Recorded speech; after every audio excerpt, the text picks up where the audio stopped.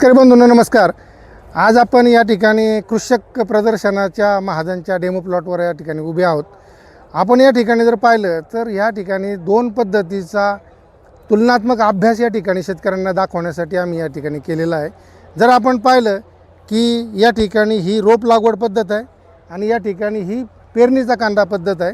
ह्या दोन्हीमध्ये आपल्याला क्रॉपटेक खताचा वापर केलेला आहे आणि पलीकडची जर पद्धत पाहिली तर त्या ठिकाणी आपण शेतकरी पद्धतीमध्ये जे काही आपण नेहमीचे DAP असेल 10-20 असेल ते खतं वापरतो त्याचा तो त्या ठिकाणी आपण वापर केलेला आहे। तर आता या दोन वापर पद्धतीमध्ये तुम्हाला एक लक्षात येईल की लागवड पद्धत एकच आहे, त्यानंतर लागवडीची तारीख एकच आहे, 70 दिवसाचा हा कांदा आहे आणि ह्या कांद्यामध्ये तुम्हाला हा फरक जर पाहिला, दृश्य फरक तर दिसतोच आहे की याच्या माना तुम्हाला चांगल्या झालेल्या दिसत आहेत, पाथींची संख्या, पाथींचा आकार, पाथीचा कलर आणि खाली जो काही बल्ब डेव्हलपमेंट किंवा कंदाचा पोषणाची जी काही अवस्था आहे ती तुम्हाला या ठिकाणी दिसते।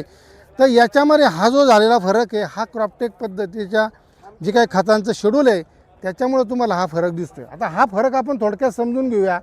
आम्ही ह्या 70 दिवसाच्या प्लॉटचे दोन्ही प्लॉटचे ऑब्झर्वेशन घेतले, म्हणजे शेतकरी पद्धतीमध्ये आणि क्रॉपटेक पद्धतीमध्ये।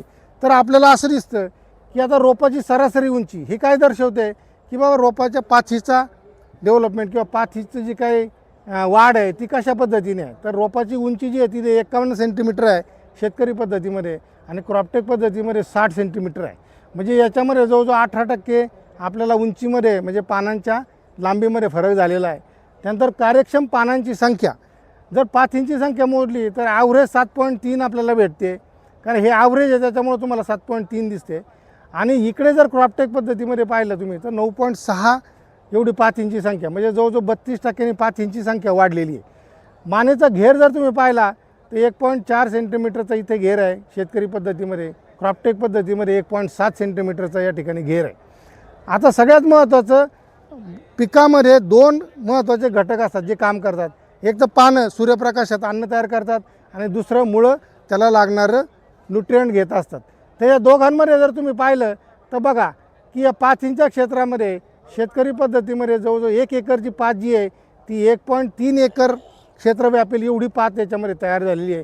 तेच क्रॉपटेक पद्धतीमध्ये जवळजवळ ती 2.5 एकरवर पसरेल इथपर्यंत एवढ्या जास्त प्रमाणात पाथ आपल्याला तयार झालेली दिसते। म्हणजे पाथीचं क्षेत्रफळ इथे जास्त वाढलेलं आहे, जवळजवळ डबल झालेलं आहे असं म्हणायला हरकत नाही।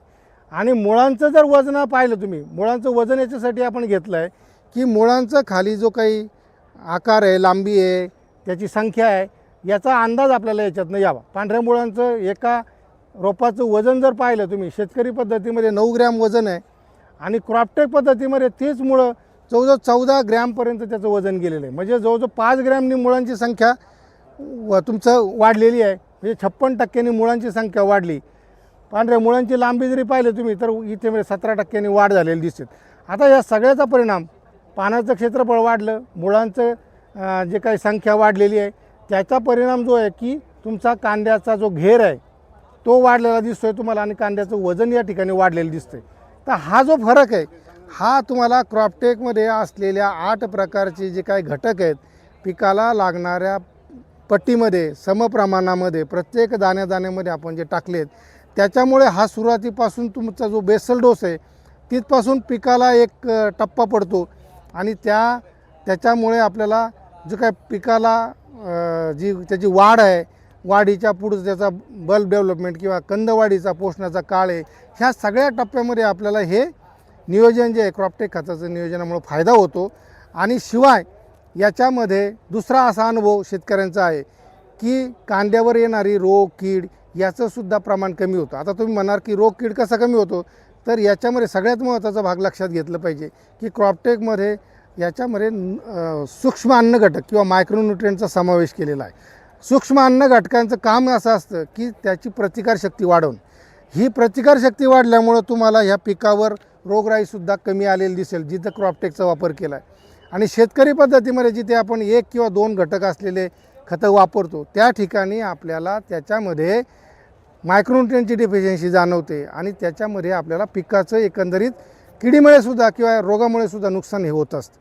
तर म्हणून माझी सर्व शेतकरी बंधूंना कळकळीची विनंती आहे की नवीन तंत्रज्ञान, पिकाचं संपूर्ण पोषण हे जर तुमचं टार्गेट असेल आणि उत्पादन वाढ, कमी खर्चामध्ये उत्पादन वाढ कशी करायची, जमिनीचा ऱ्हास न करता आणि आपल्या बजेटला खिशाला परवडेल अशा पद्धतीचं खतांचा वापर करायचा असेल तर आपल्याला 100% क्रॉपटेक ह्या खताचा वापर करण्याशिवाय पर्याय नाही.